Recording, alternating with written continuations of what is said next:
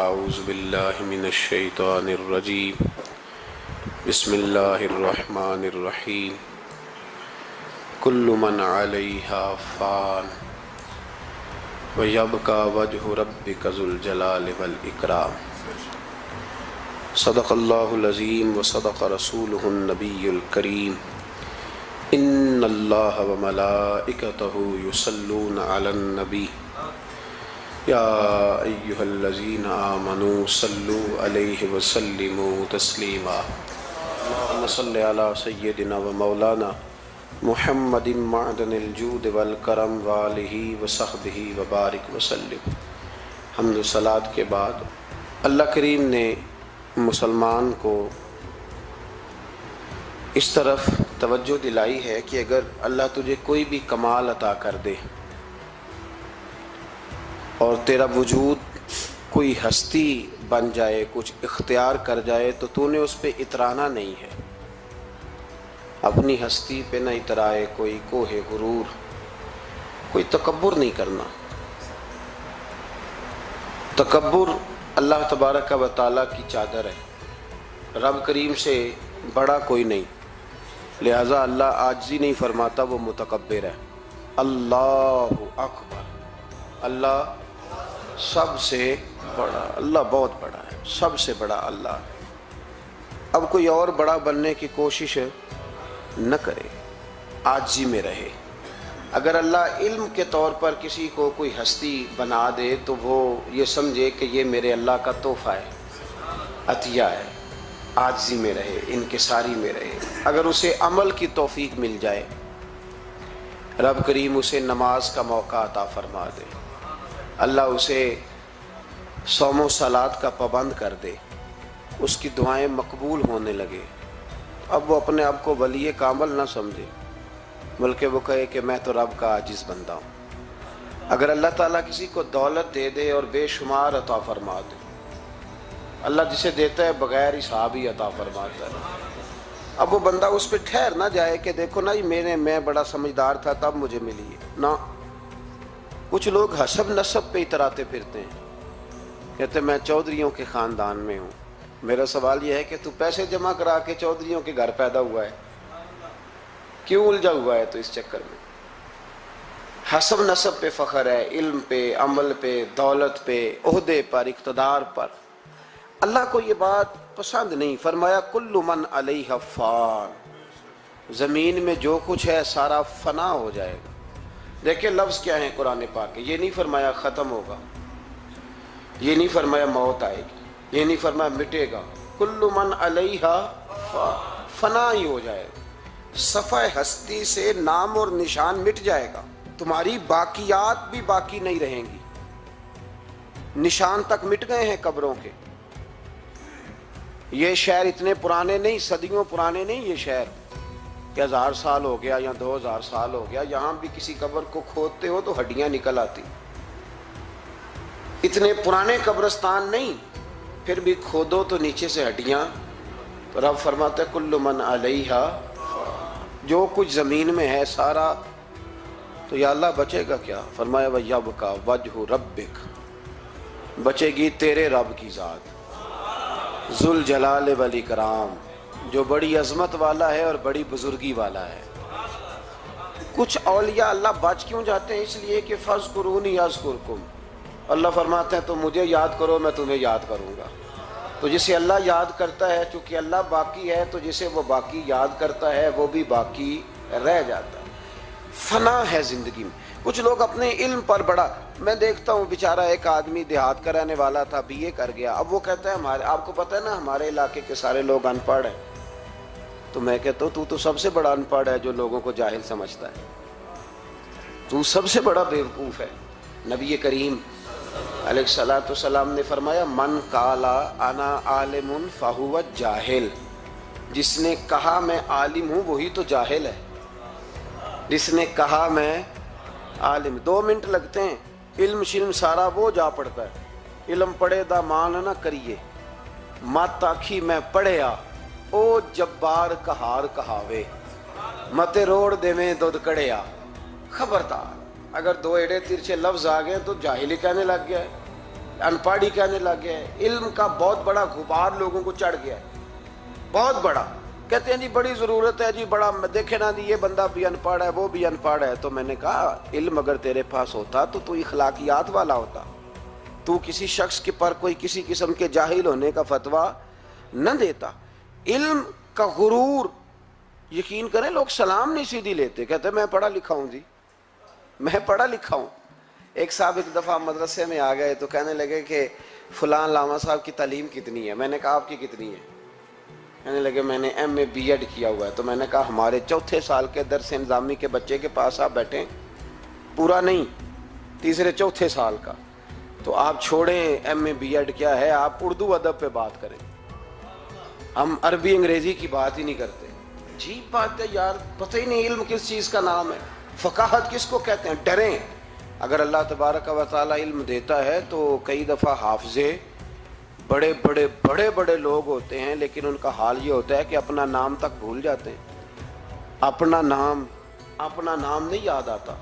بڑھاپے میں لوگ پوچھتے ہیں نام کیا ہے تو کہتے پتہ نہیں کیا نام ہے. رستے بھولے ہوئے ہیں لوگ، بھولے ہوئے رستے.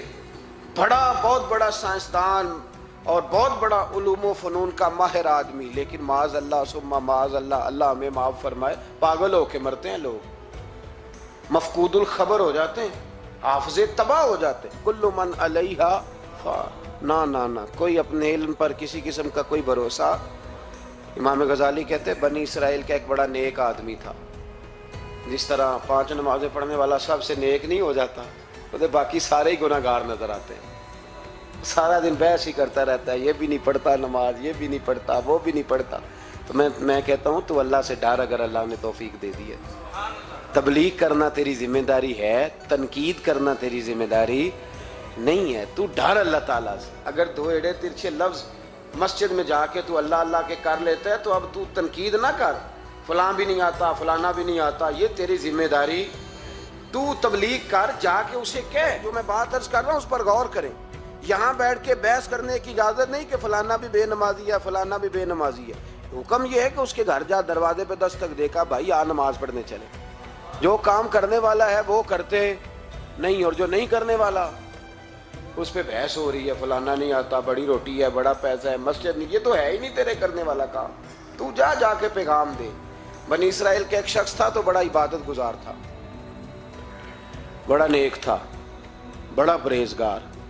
ایک گناہگار بیچارہ، اس نے دیکھا کہ وہ درویش صاحب، صوفی صاحب، نمازی صاحب، حاجی صاحب بیٹھے ہوئے، میں بھی پاس جا کے بیٹھتا ہوں، شاید مجھ پہ بھی اللہ کرم نوازی کر دے. میں بھی پاس جا کے، اللہ اکبر، میں کہتا ہوں کیا بات ہے اس گناہگار کی جو اپنے آپ کو گناہگار تو مانتا ہے نا، کیا بات ہے اس کی. کہنے لگا میں بھی جا کے بیٹھتا ہوں، شاید مالک مجھ پہ فضل فرمائے. اس نیک کے پاس جا کے بیٹھ گیا. جب جا کے بیٹھا نا تو نیک کہنے لگا تو کدھر آ گیا ہے؟ اٹھ چل دوڑ جا، تجھے نہیں پتا تو کہاں آ گیا؟ اتنا ناپاک آدمی صبح شام گناہ کرتا ہے، میرے پاس آ گیا ہے.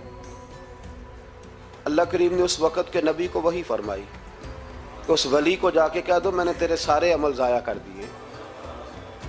تو اپنے آپ کو اتنا اعلیٰ جانتا ہے. کل من علیہا فان، اگر تجھے تھوڑی سی نماز کی توفیق دے دی تو سب کو گناہ گار سمجھنے لگا. اور فرمایا گناہ گار کو جا کے کہہ دو تو نے اپنے آپ کو گناہ گار سمجھ کے میرا ولی سمجھ کے صحبت حاصل کیا، تیرے میں نے سارے ہی معاف کر دیے. یہ جو تکبر ہے نا، تکبر علم کا، فضل کا، تقوی کا، پرہیز، اس کو اتار کے پھینکیں، عاجزی پیدا کریں، انکساری پیدا کریں. ڈریں، لوگ ڈرا کرتے تھے. حضرت عمر کی بڑی شان ہے نا. میرے مصطفیٰ کریم نے فرمایا شیطان وہ گلی بدل جاتا ہے جس گلی میں عمر کو دیکھ لیتا ہے. 950 سال حضرت جبریل شان بیان کریں تو جناب عمر کی عظمت ختم نہیں ہوتی. حضرت فاروق اعظم اور یہودی اور عیسائی کہتے ہیں کہ 6 مہینے عمر اگر اور رہتے تو دنیا میں کوئی کافر نہ چھوڑتے. اتنا بڑا شخص، لیکن انتقال کا وقت آیا تو لوگوں نے تعریف کی، کہا عمر تیری بڑی بات ہے یار، کیا بات، کمال کر دیا. تو حضرت عمر رو پڑے، فرمانے لگے تم میرے گناہ نہیں جانتے، دعا کرو میری نیکیاں اور بدیاں برابر برابر ہو جائیں اور میں چھوڑ دیا جاؤں، حساب سے چھوڑ دیا جاؤں. مجھے کسی اعلیٰ درجے کی خواہش نہیں کہ میں کسی اعلیٰ مقام پہ رکھا جاؤں گا، بس دعا کرو برابر برابر معافی مل جائے۔ یہ ان لوگوں کا احساس تھا جن کے تقوی کی گواہی خود رسول پاک نے عطا فرمائی ہے، ان لوگوں کا یہ عالم ہے۔ اور تیرا میرا یہ حال ہے۔ ام ربیعہ ایک خاتون تھی، بڑی نیک عورت تھی، بغداد میں رہتی۔ اللہ تبارک و تعالیٰ نے بڑی دولت عطا فرمائی۔ ان کی شادی بھی ایک دولت مند سے ہوئی، ایک دولت مند سے شادی ہوئی۔ فرماتی ہیں کہ میں چھت پہ بیٹھی تھی اپنے شوہر کے ساتھ، وہ دولت مند تو بڑا تھا پر متکبر بھی بڑا تھا۔ دروازے پہ فقیر مانگنے آیا تو میرا خاوند بالکنی سے جھانک کے کہنے لگا اسے کچھ نہ دینا، اس دکاندار ہے، یہ دنیا دار بنے ہوئے ہیں، جان بوجھ کے مانگتے ہیں۔ تو میں نے کہا میں تیری دولت سے نہیں دوں گی، میرے میکے سے جو کچھ آیا اس میں سے دینے کی اجازت دینا۔ اس نے کہا جانا ہی نہیں۔ تو عورت کہتی ہے اس مانگنے والے کا، اس جو دروازے پہ شخص کھڑا تھا، اس کے مانگنے والے کا جو انداز تھا وہ بتاتا تھا کہ کئی دنوں کا بھوکا ہے۔ اس جوان کے چہرے پر عجیب بھوک تھی۔ کہتی میں شوہر سے نظر بچا کے آئی اور میں نے چند دینار اس کی ہتھیلی پہ رکھے، جب رکھ کے میں نے دروازہ بند کیا تو سامنے میرا شوہر لگا میری بغیر اجازت کے دیتی ہے، جا تجھے 3 طلاقیں۔ کہتی میں عزت مند باپ کی بیٹی طلاق لے کے گھر آ گئی۔ جرم میرا یہ ہے کہ میں نے اللہ کے رستے میں خیرات کی ہے۔ کہتی ہیں میرا والد پریشان کہ غلطی جس کی مرضی ہو، قصور تو بیٹیوں کا ہی ہوتا ہے نا، لڑکے پاک کے پاک رہ جاتے ہیں، منگنی بھی ٹوٹ جائے تو بچی کی جو حالت ہوتی ہے وہ کوئی بتا سکتا ہے؟ تو کہتی ہے میں شدید پریشان، میرے والد اور والدہ بھی پریشان، رشتہ کہاں سے آئے گا؟ 1-2 سال ہم شدید کرب میں رہے، رشتہ آیا تو بڑے امیر آدمی کا، میں طلاق یافتہ تھی پر بندے کوارے کا رشتہ آیا۔ کہتے ہیں جب وہ رشتہ ہو گیا میں پہلے دن اپنے خاوند کے پاس گئی تو مجھے کہنے لگا مجھے جانتی ہو میں کون ہوں؟ میں نے کہا نہیں۔ کہنے لگا میں وہی ہوں جو تیرے دروازے پہ خیرات لینے آیا تھا، تجھے میری وجہ سے طلاق ہوئی تو میں اسی رات جا کے مصلے پہ رویا کہ مولا میری وجہ سے بیچاری کا گھر اجڑ گیا۔ پھر میں نے 18 گھنٹے محنت کی تو میں نے تجھے عزت دینے کے لیے، کہنے لگا اب تجھے بیوی بنا کے نہیں مہرانی بنا کے رکھوں گا، میں تیری نوکری کروں گا، تو میری محسنہ ہے۔ کہتی ہیں 1 سال گزرا، مجھے اللہ نے بیٹا بھی دیا، میں چھت پہ اپنے شوہر کے ساتھ بیٹھی، دروازے پہ مانگنے والا آیا تو میرا شوہر سارے کام خود کرتا تھا، آج جب مانگنے والا آیا تو کہنے لگا جب کوئی مانگنے آیا تو نے دینے جانا ہے۔ کہتی ہے میں دروازے پہ مانگنے والے کو دینے گئی تو میری چیخ نکل گئی، میں دھڑام سے گری، میرا شوہر دوڑا آیا، کیا ہوا؟ کہنے لگی پتہ ہے مانگنے کون آیا؟ یہ وہی ہے جو میرا پرانا شوہر تھا۔ بے پرواہی ویک سجن دی جتھے کسے دی پیش نہ جاوے، انہیں تاجاں والے در در رولے، تاجاں والے تخت و تاج والے، تاجاں والے در در رولے تے منگتیاں تخت بٹھاوے، اوے سجنا کسے نو کاروا مل گئی، کوئی کعبےوں خالی آوے۔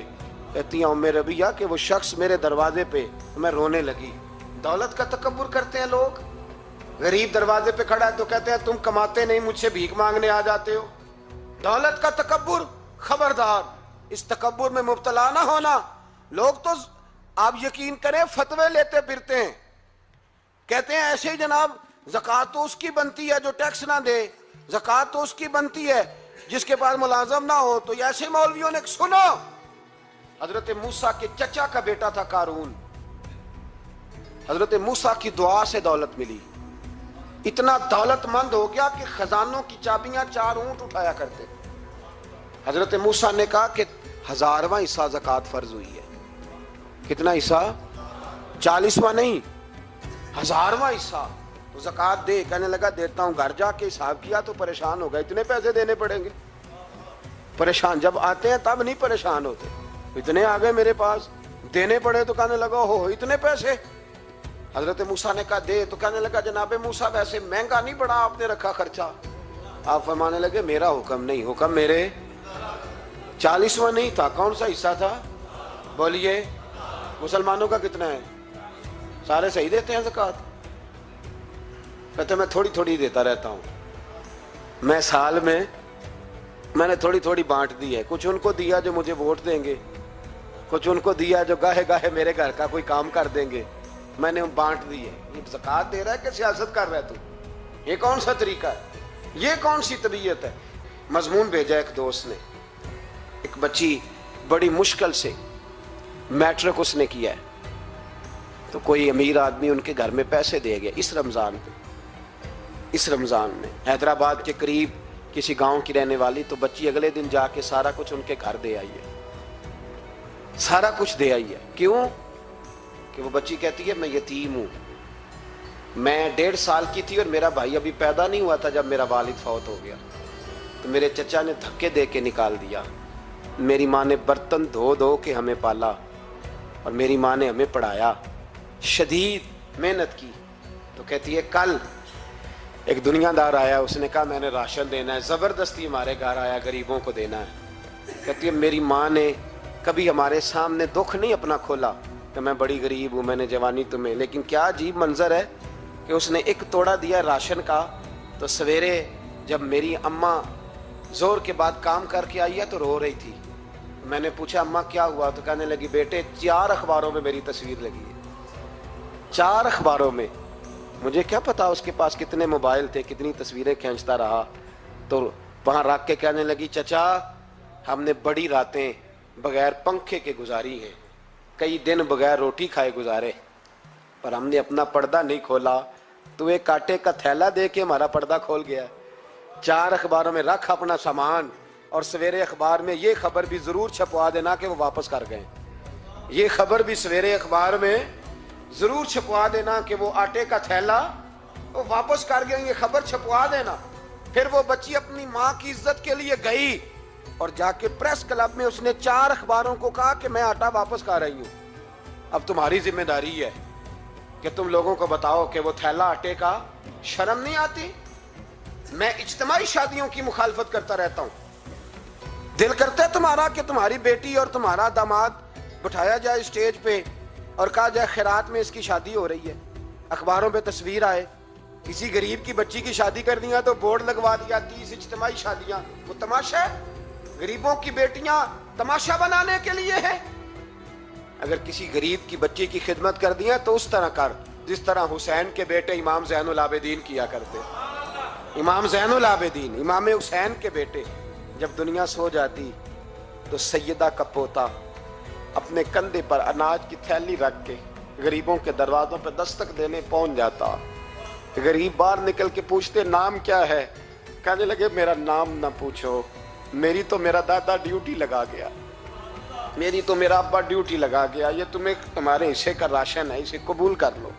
یہ ان لوگوں کا طریقہ تھا۔ یہ کیا انداز ہوا کہ 4 اخباروں میں خبر، عزتیں لوگ اچھالتے، پھر اس کو کہا قارون کو زکوٰۃ دے، کہنے لگا کوئی نہیں، بلکہ اس نے الزام لگایا۔ حضرت موسیٰ تقریر کر رہے تھے تو ایک بندہ لے کے آ گیا، اس کے پیچھے ایک عورت ہے، کہنے لگا موسیٰ خطبے بڑے دیتے ہو، پر ایک بی بی کہتی ہے کہ حضرت موسیٰ نے تو میرے ساتھ معاذ اللہ ثم معاذ اللہ، نقل کفر نہ باشد، موسیٰ نے تو میرے ساتھ زیادتی کی ہے۔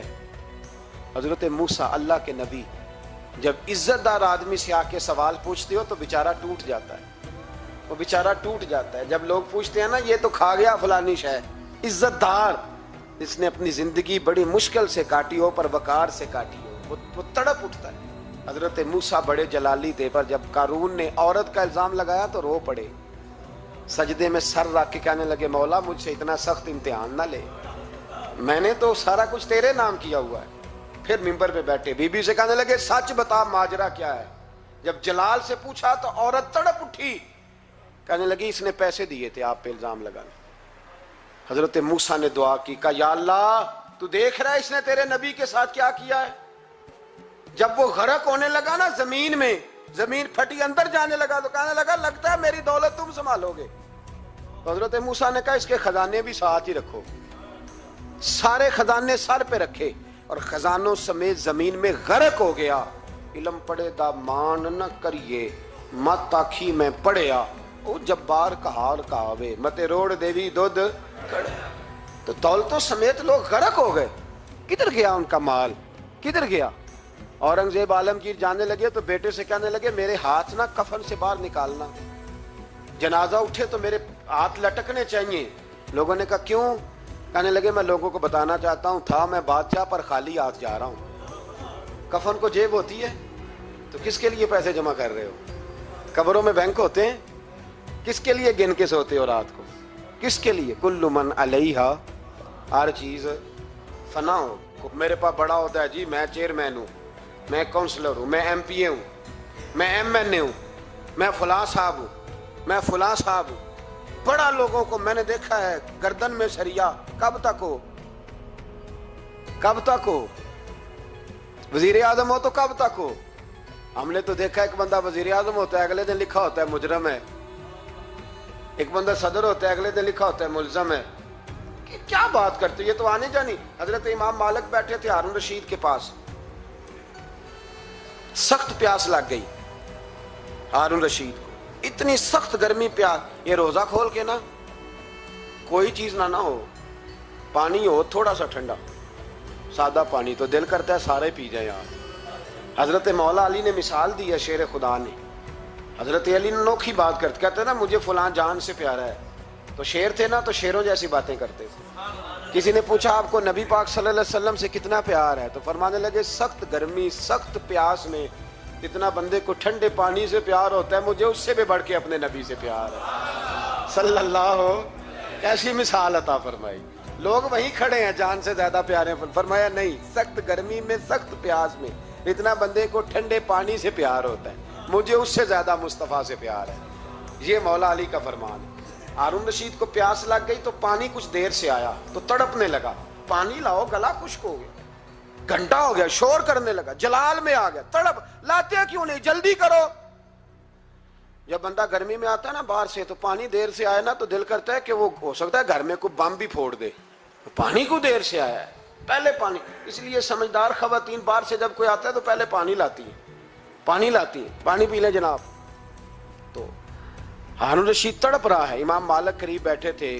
خادم کہنے لگا حضور ایک کنواں خشک ہو گیا ہے، اور دوسرا آپ کی شایان شان نہیں، پانی صاف نہیں، تو تیسرے سے بندہ لینے گیا ہے، آ رہا ہے. بندہ تھوڑی دیر سے آیا تو ہارون رشید بڑا پریشان تھا. اب بات امام مالک کر رہے تھے تو وہ نہ توجہ اس کی پانی کی طرف تھی.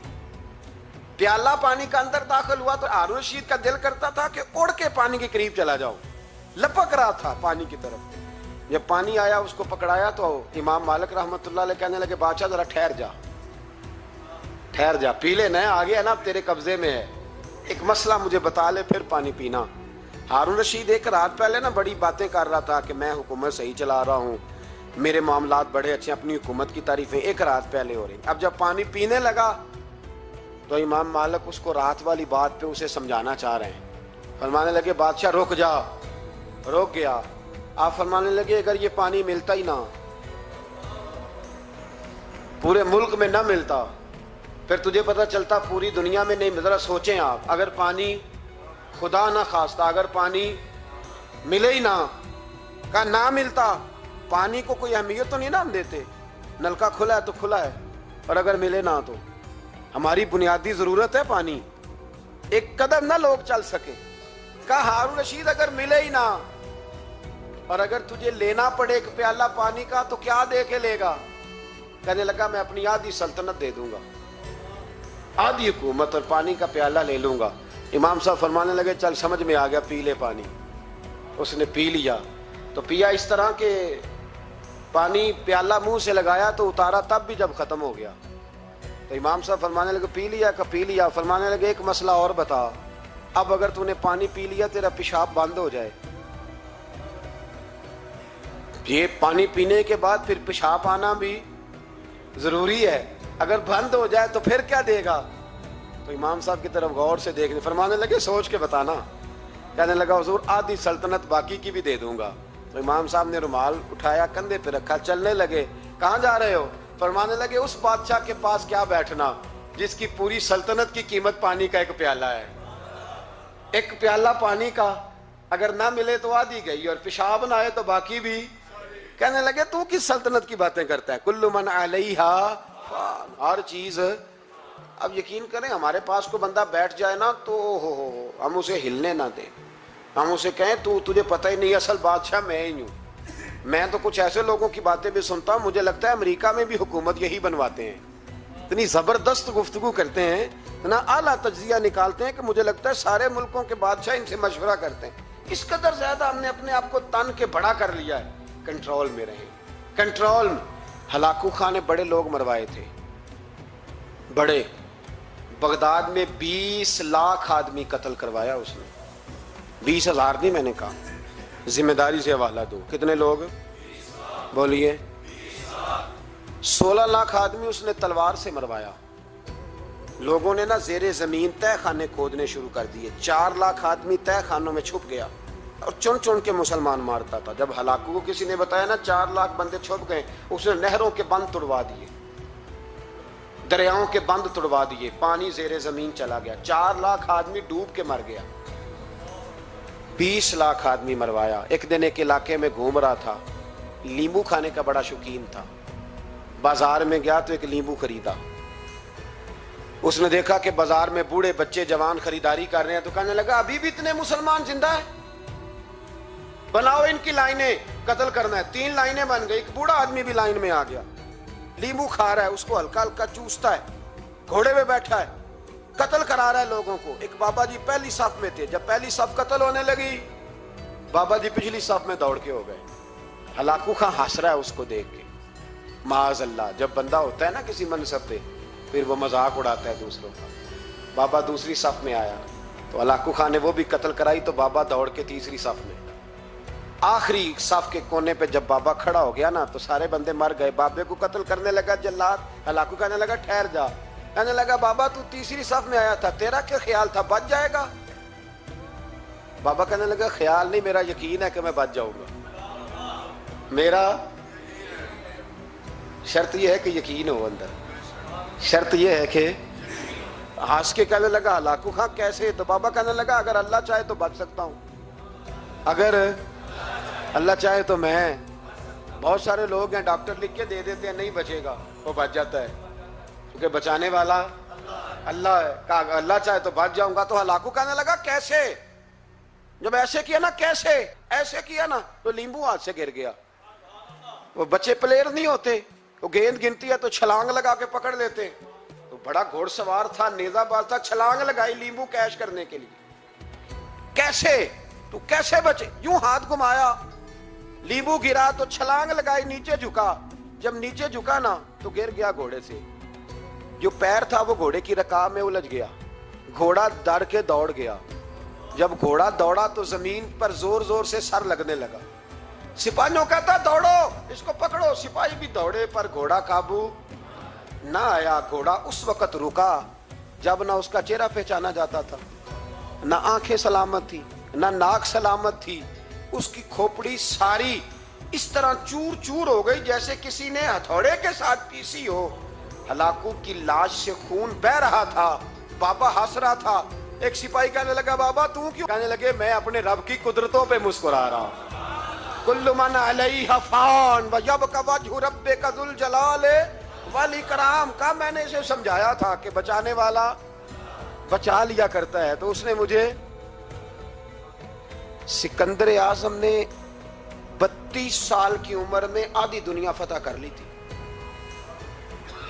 تو لوگ پتہ کیا کہتے تھے؟ یہ وہ بندہ ہے جس کو تاریخ نے گریٹ کا لقب دیا ہے۔ لکی نہیں کہتے، ہم کہتے بڑا لکی ہے بھائی۔ لوگ کہتے تھے یہ مقناطیسی آدمی ہے، کبھی ناکام ہوا ہی نہیں، سکندر اعظم کبھی ناکام نہیں ہوا۔ جس علاقے، اور عمر کتنی بھائی، اتنی کم عمری میں اتنی دلیری، آدھی دنیا فتح کر لی۔ ملتان سے گزر رہا تھا تو اسے ایک تیر لگا، کچھ لوگ کہتے ہیں یہاں جیلم کے پاس لگا تھا، ایک تیر لگا اسے، اس نے کہا بندہ تلاش کرو، کسی کی اتنی جرت کہ سکندر اعظم کو تیر مارا ہے، تلاش کرو۔ جب ڈھونڈنے لگے تو بندہ نہ ملا، تو سکندر نے حکم دیا کہ جس کی آنکھ چمکتی ہے اسے قتل کر دو۔ مرد بھی مارے، بچے بھی مارے، بوڑھے بھی مارے، تو لا کے لوگ کہنے لگے انسان کوئی نہیں بچا۔ کہنے لگا میں نے تمہیں کہا تھا جس کی آنکھ چمکتی ہے قتل کرو، بلیاں بھی قتل کرو، ہو سکتا ہے کسی بلی نے منہ میں رکھ کے پھینکا ہو، کتے بھی مار دو، کبوتر بھی مار دو، ہر چمکتی والی آنکھ اس نے بند کر دی۔ یونان کے قریب ایک بستی کا رہنے والا سکندر عراق کے شہر بابل میں تھا، ملیریا بخار ہوا، کیا کہتے ہیں ہم، چند ٹکیوں کی مار ہے، دوائی کھا لو ٹھیک ہو جائے گا۔ ملیریا بخار ہوا، 32 سال، کچھ لوگوں نے کہا نہیں 2 مہینے کم، 33 سال عمر ہو چکی تھی۔ تو سکندر اعظم زمین پہ بیٹھا ہے،